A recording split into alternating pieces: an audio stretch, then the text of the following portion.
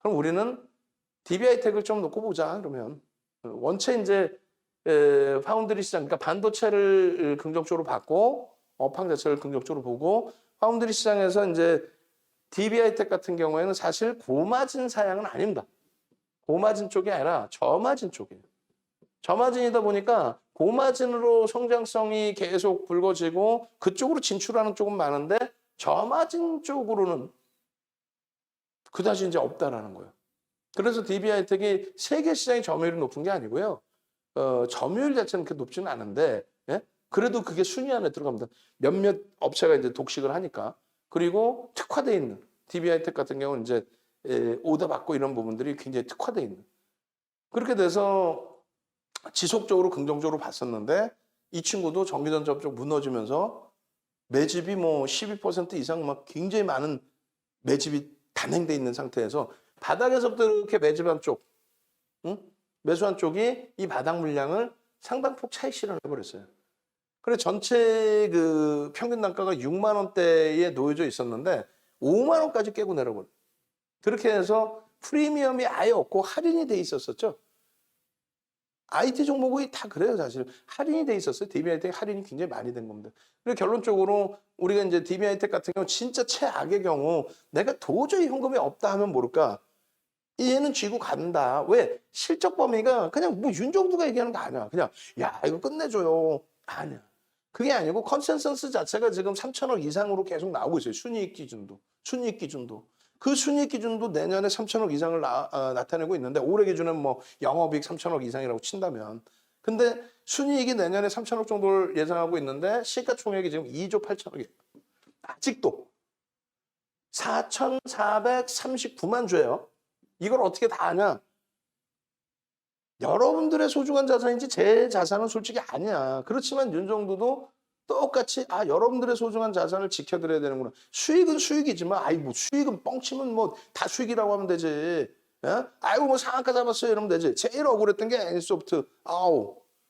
어찌됐건 간에 가장 중요한 거는 뭐 상한가고 뭐 필요 없이 여러분들 자산을 지키고 여러분들 수익을 잡아내는 거고 자산 지키면서 안정적인 누적적인 수익을 잡아내는 거거든요. 정상적인. 그러면 이 주식수가 몇 주인지 현재가가 얼마인지를 알아야 시가총액을 알고 주식수가 몇 주인지를 알아야 외국기관이 매수가 들어오면 이거 굉장히 세게 들어오는데 이런 기준을 설정할 수 있단 말이죠. 결론적으로 지금 그 DB하이텍 같은 경우는 수급이 계속 최근 들어서 거래대금 크게 안 터졌지만 계속 유입이 됐어요. 유입이 되고 주가가 올라왔음에도 불구하고 아직도 PER이 10배가 안 나옵니다. 그러니까 실적은 다 인정을 하고 있어요. 실적은 인정하고 펀더멘털은 긍정적인데 메이저들이 IT가 눌려있다 보니까 시세를 안 줬었던 거죠. 그러다가 최근 들어서 다시 마름 되사면서 수급 논리에 의한 강세. 외국인 기관 전부 다 사고 있는 종목이에요. 쌍끌이 매수. 다 인정한다는 건 누구든. 몇몇 창구가 비이성적으로 뭐 공격적으로 들어오는 게 아니라. 그러니까 오늘 기준에 오래간만에 거래대금이 2천억 거래대금이 터진 거고 오래간만에. 그럼 내일도 거래량이 내일도 300만 주 수준 터지면요. 얘는 단기 변동성 확장으로 볼 수 있어요. 변동성 매매를 하시는 분들. 우리는 추세 매매, 추이 매매를 했잖아요. 매집에 대해서도 계속 교육을 잡아드렸단 말이에요. 매집이 이렇게 돼 있으면 주가를 이렇게 땡기지 않는 한 그들도 차익 실현이 어려워요. 물론 저가 물량을 차익 실현하면서의 기준이 있기 때문에 눌림목이나 조정은 있죠. 응? 그렇지만 전체적인 누적 수급이 외국기관 쌍끌이잖아요, 지금. 그죠? 4,400만 주, 4,440만 주 기준을 잡았을 때 4439니까 이 기준 잡았을 때 15일 날 추가적인 매수가 들어왔어요. 그러니까 9% 수준의 매집이 돼 있는 거예요. 9%면은 매수 평균 단가, 그러니까 개인의 매도 단가 대비 30에서 50%를 들어 올려야 돼요. 그래야 자기들이 차익 실현할 수 있어요. 응? 9%면. 그리고 10% 넘으면 사실은 더블을 만들어내야 돼. 30에서 50이 아니라 50에서 100% 이상을 들어 올려놔야 본인들이 빠져나갈 수 있는 거예요. 본인들이 차익 실현할 수 있어요.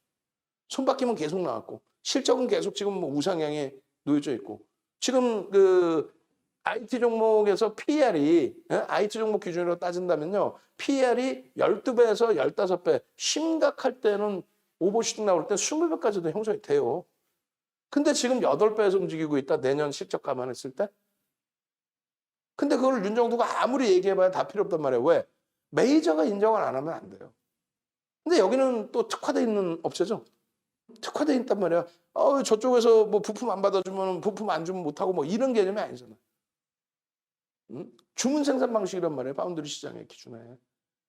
소규모만 특화해서 주문받아서 납품하는 고마진. 그러니까 고마진이 또 있고 이 내에서도 또 저마진 기준이 있는데 이쪽은 사실 저마진 기준이긴 한데도 불구하고 영업이익률이 뭐 나쁘지 않다라는 거죠. 결론적으로 이 기준에 30% 잡으면 그게 8만 원 수준. 그리고 50% 잡으면 9만 원 수준. 근데 말씀드렸죠. 추가적인 매수 강도가 들어오면 주가 자체를 더블을 올려놔야 움직임이 나와요. 그럼 우와 더블 이렇게 생각하시는데 아니잖아요. 6만 원에 개인들이 물량을 뺏긴 게 9%대란 말이에요. 그럼 10% 수준이라고 잡고 2,500억, 2,800억을 물량을 뺏긴 거예요. 2,500억, 2,800억. 소형주는 한 방에도 때리고 나갈 수도 있지만 얘는 하루에 400만 주를 어떻게 팔고 나갈 거야? 하루에. 말도 안 되는 소리지. 거기에 실적이 일단 뒷받침돼 있지. 이게 비단 DB하이텍만을 얘기하는 게 아니라 IT라든가 자동차의 기아 뭐 이런 쪽이 동반적인 흐름이 나온단 말이에요. 그럼 우리 생각나는 게 뭐예요? 자동차에서 만도 이러잖아요. 만도 했다가 나중에 죄송스럽지만은 예를 들어 이런 수익 냈다가 도저히 안 돼서 이렇게 될 때 거래가 없을 때는 일단 그럼 빼고 봅시다. 응? 기아하고 현대차로 옮기고 빼고 봅시다 이렇게 말씀드린 이유가 거래 대금이 제한적이면은 대형주 기준에서의 흐름을 같이 들여다보면서 대처할 수 있는 방법도 있단 말이에요. 근데 이 DB하이텍은 압축으로 돌리지 않고 가져갔던 이유 중에 하나가 얘는 부품 장비 쪽의 개념보다는 완전히 독립돼 있는 기준이란 말이에요. 독립돼 있는 완전하게 뭐 누구한테 영향을 받는 게 아니라 독립돼 있는 별도의 업체로. 결론적으로 이러한 갭에 대한 목표 주가 설정 범위 자료 분명히 올려드렸습니다. 장악형이 뜨고 장악형이 뜨고 신뢰도가 높아지려면 거래대금이 수반되는데 솔직히 거래대금 없었어. 근데 추세 범위에서 좋았던 부분 중에 하나는 수급이 지속됐어요. 수급이 어찌됐건 아름아름 계속 돌아왔어요. 계속 그죠? 그리고 이제 갭에 대한 목표 주가 이 부분에 대해서 이 자료를 보시라는 거예요. 그러니까 글로벌 시장의 도소가 있는지는 전 그건 모르겠어요. 그건 제가 원전을 가져다 본 적은 없는데 다만 우리나라에서 이렇게 형성돼 있어요. 급진갭이 발생되면 중간갭 혹은 측정갭이라고 그래가지고 예상 목표치를 설정할 수 있다. 이렇게만 돼 있습니다. 이거를 몰래 훔쳐다가 쥐 책에다 넣어요. 그래놓고 쥐가 쥐었대. 지은 게 아니지 그거는. 요즘에는 어떻게 됐어요? 포털 사이트 네이버도 뭐 지식 검색이나 이런 거 있으면 기사거리 있으면 그거 복사해다 넣으면 어떻게 돼? 밑에 출처가 자동으로 따라붙어 버리죠. 그잖아요. 그럼 남의 거 훔쳐왔으면은 이거 금융투자협회에서 자료 갖고 왔습니다. 이래야 되는데 이거 내 책이야. 그러면서 이제 자기가 책 쓴 것처럼 거짓말하고 그 책 팔아먹고. 주린이 도서라고 시장에 나와 있는 게 그거잖아요. 다 시장의 객관적인 데이터를 짜집기 해서 넣어놓고 내가 기술적 분석의 대가야. 그러면 갭에 대한 목표 주가 어떻게 설정할 거냐고. 그거를 윤정두가 34년 노하우를 바탕으로 해서 정형화를 내는 거죠. 윤정두가 정형화해 놓은 게 그게 맞든 틀리든 윤정두는 그렇게 해서 수익률 대 우승을 8번 했다. 그리고 그렇게 해서 대처했더니 맞아 떨어지더라. 일정 범위는. 기술적 분석이라는 게 내가 기준을 잡는 거거든요. 거래대금 교육자료 드릴 때 보면 단순해요. 마이너스 고점 대비 1.5% 밀리면 차익 실현하십시오. 끝. 그걸 정형화해서 자 10% 이상의 변동성이 나와서 내가 10% 이상 시초가 대비입니다. 그 수익을 낸 상태다. 그러면은 10% 이상이면 그럼 마이너스 2% 밀리면 50% 이상 차익 실현, 마이너스 4% 밀리면 전량 차익 실현. 만약에 나는 변동성이 큰 종목이라 싫으면 뭐 마이너스 5% 이런 식으로 정형화된 내용이 있잖아요. 마찬가지예요. 급진갭, 돌파갭, 또 성골 반전에 대한 목표 주가 설정 범위를 요 갭이 발생된 기준에서 대비해서 바닥의 기준을 설정하고 요 높이만큼의 목표 주가를 설정할 수 있다. 또 한 가지는요. 갭이 여기서 발생됐죠? 여기서부터 여기까지. 그럼 중간에는 뭐예요? 이 부분은 앞전에 의미 있는 지지라인 혹은 갭이 나온 부분 이런 부분을 높이만큼 올라갈 수 있다. 그럼 다 올라왔네? 그럼 여기서는 다시 퍼센테이지 기준을 잡을 수 있다. 그러니까 오늘 저녁에 한 번에 다 이거를 여러분들이 만족해 하실 수는 없고 사실상 이게 쿠팡이나 티몬, 위메프로 이런 데서 어떻게 해요? 9시간짜리 강의 110만 원에 팔고 있잖아요. 근데 이게 하나 5개를 팔고 있지. 얼마? 550이죠. 그거를 지금 45시간짜리 강의를 언제 지금 하나하나 하냐고. 그러니까 결제하시고 사서 보세요. 이게 아니라 링크 올려드리고 다 올려드리니까 그거 받으셔서 수익 먼저 내시고 심심하시면 공부하시라는 거예요. 무슨 말이냐면은 수익 내시고 거래대금 터졌을 때 수익 내시고 장학형 떴을 때 수익 내시고 5만 원 이탈됐을 때 겁먹는 게 아니라 편입해서 수익 내시고 여기서 우리는 화나신 분들이 안 계셨겠어요? 자, 6만 원이면은 이건 과도합니다. 여기서 편입하십시오 해서 이렇게 밀려 내려오는데 역정 안 나시는 경우가 있겠냐고.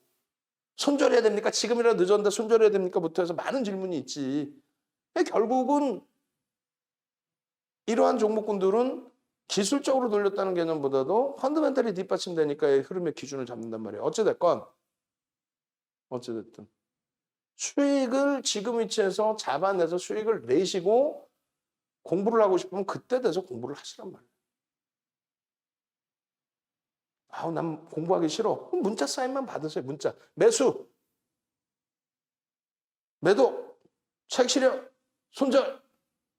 자, 매수. 분할 매수. 1차 편입합니다. 이거 총 20% 살 건데요. 오늘 첫 번째 편입 10% 사고요. 그 다음부터 5%씩 2번 더 살 겁니다. 지겹더라도 그대로 하셔야 됩니다. 단가 낮추셔야 돼요. 오늘 같은 날도 셀트리온. 가장 마지막에 사신 분 25만 원에 사셨어. 우리는요. 시초가 돌리는 라이브에서는 22만 7천 원 시초가 돌리면 삽니다. 금요일과는 다릅니다. 또 개당초 고점 23만 5,500원 넘기면 삽니다. 또 여기서 대비 또 올라가면 또 삽니다. 이 기준. 근데 오늘의 기준은 어떻게 잡았다고요? 고점에서 밀려 내려오면 보통 때는 차익 실은 잡아드리는데 거래대금이 오늘은 갭 상승 이후에 어마어마하게 터졌기 때문에 또 셀트리온에서 순간적으로 프로그램 매수로 전환돼 있었기 때문에 강도 있게 잡아드렸죠. 그렇게 해서 평균 단가를 맞추셔야 되는데 위에서 너무 잡으시면 어떻게 해요? 밀려 내려올 때 평균 단가 낮추시기가 어려워진단 말이에요. 심리적으로. 결론적으로 직접 배워서 매매하는 게 힘드시면은 문자 사인을 받아서 대처하시는 것도 결코 나쁘지 않아요.